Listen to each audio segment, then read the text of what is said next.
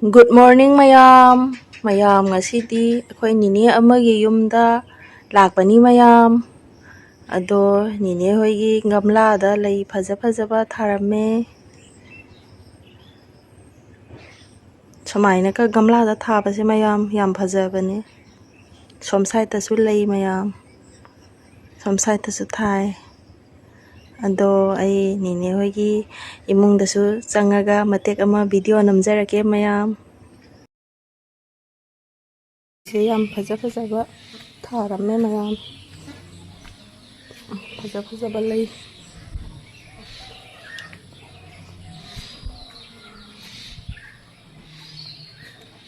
Sigay sum thoa ka nga sum potha pa kaya sai mafam sisu potha phamni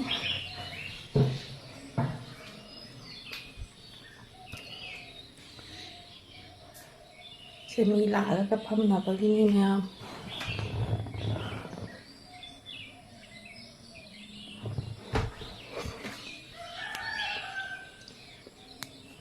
mogi agor pambi su yam thai anda agor pambi la ya agor pambi so mogi ngoki ke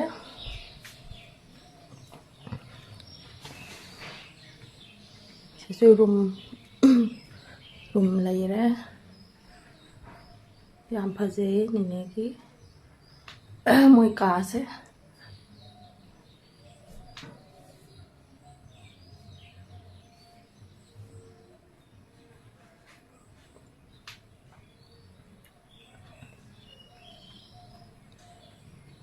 si mathak se hai patang karu ki na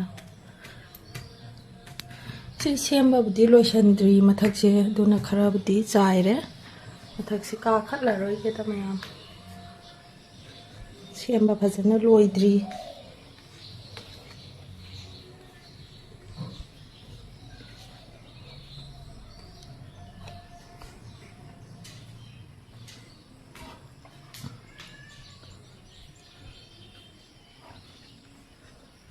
sina kitchen room ni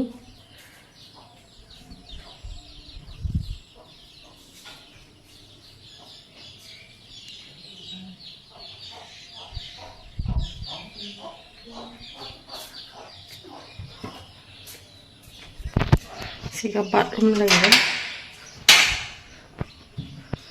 bathroom di som side ta so ma lai ani suye Nene hoigi som side ti changaroi ge maya siga so ma hap kani hai se hangaroi ge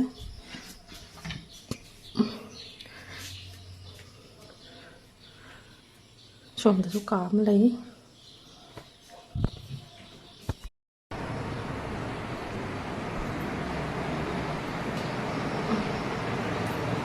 som ta su kam ma bu lai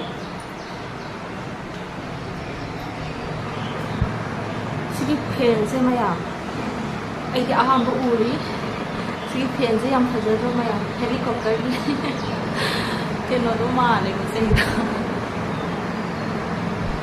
yam phajado rum matai manung da su phadi lai chakaro ya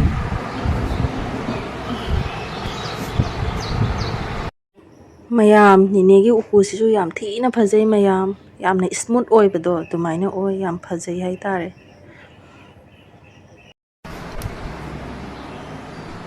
Nene gi yum yam phajare mayam yam phajana sare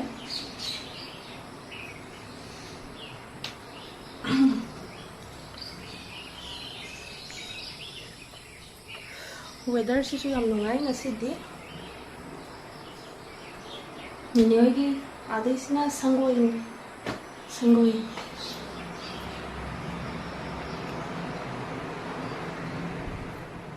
siga su room mama lai re sigi room sisu hum phajai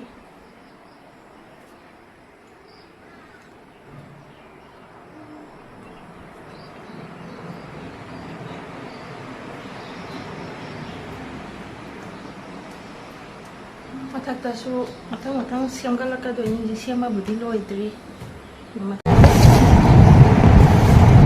mayam Nene na bung lapoi simu sawai na pisalamini mayam sawa ne lapoi sisu yam thina haure yam thina ju thumne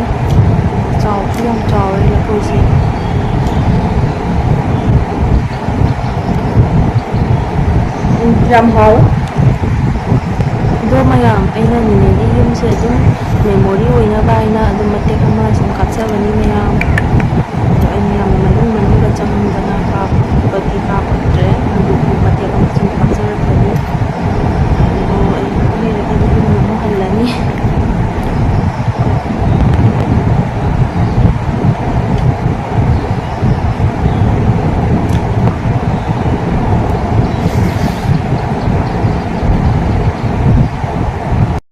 Ado mayam ayum damu hala ado agi video ase matang saida loisalage mayam. Bye.